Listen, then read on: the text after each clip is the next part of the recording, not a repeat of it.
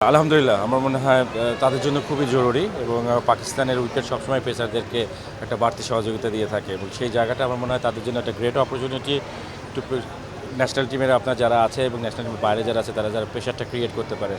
লাল বলে অনেকে সুযোগ পাবে, সাদা বলে সুযোগ পাবে। সো আমি মনে করি অ্যাজ এ প্লেয়ার প্রত্যেকটা জায়গায় অ্যাডাপ্ট করা এবং আমরা মনে করি যে বাংলাদেশ ক্রিকেটকে সামনের দিকে যদি এগিয়ে নিতে হয় তাহলে আমার কাছে মনে হয় যে তাদের অবশ্যই জানা বলার হতে হবে এবং ইন্টারন্যাশনালি যদি আমরা সাকসিড হতে চাই তাহলে আমাদের মনে হয় যে এই জেনারেশনকে অবশ্যই পারফর্ম করতে হবে। আমি তো বিশ্বাস করি যে নতুন পথে চলতেই হবে, কারণ আমরা অনেকখানি ইন্টারন্যাশনাল ক্রিকেট থেকে পিছিয়ে পড়েছি। আমরা যদি সেই জায়গাগুলোতে কমপ্লিট করতে চাই আমাদের অনেক কিছু ঢেলে সাজাতে হবে।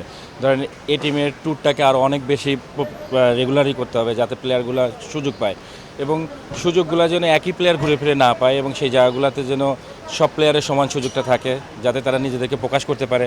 এবং ইন্টারন্যাশনালি আমরা চাই, দেশের মানুষ সবাই চায় যে বাংলাদেশ ক্রিকেটটা সামনে এগিয়ে যায় এবং যে যে জায়গায় প্রতিবন্ধকতা আছে সেগুলো কাটিয়ে উঠে আমরা সবাই আশাবাদী যে সামনের দিকে আমরা ইনশাআল্লাহ বাংলাদেশ ক্রিকেটকে এগিয়ে নিয়ে যেতে পারবো। না, আমার মনে হয় যে সবার জন্য সুযোগটা রয়েছে, নট অনলি পেস বোলার, আপনারা আমাদের যারা বোলিং ডিপার্টমেন্ট আছে সবার জন্য একটা সুযোগ।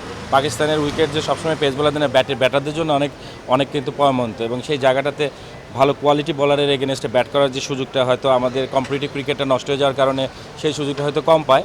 সেখান থেকে আমার মনে হয় যে এই প্লেয়ারদের জন্য বেস্ট সুযোগ, মানে ছেলেদের জন্য যারা নিজেদেরকে ইন্টারন্যাশনালি তৈরি করতে পারবে এবং কোয়ালিটি বলারের এগেনস্টে নিজেদেরকে দেখতে পারবে। এবং বলারদের ক্ষেত্রে যদি দেখেন ফ্ল্যাট উইকেটে বল করার যে অনভিজ্ঞতা আমাদের রয়েছে সেই জায়গাগুলো আসলে কাটিয়ে ওঠার জন্য এই ধরনের ট্যুর অনেক বেশি প্রয়োজনীয়।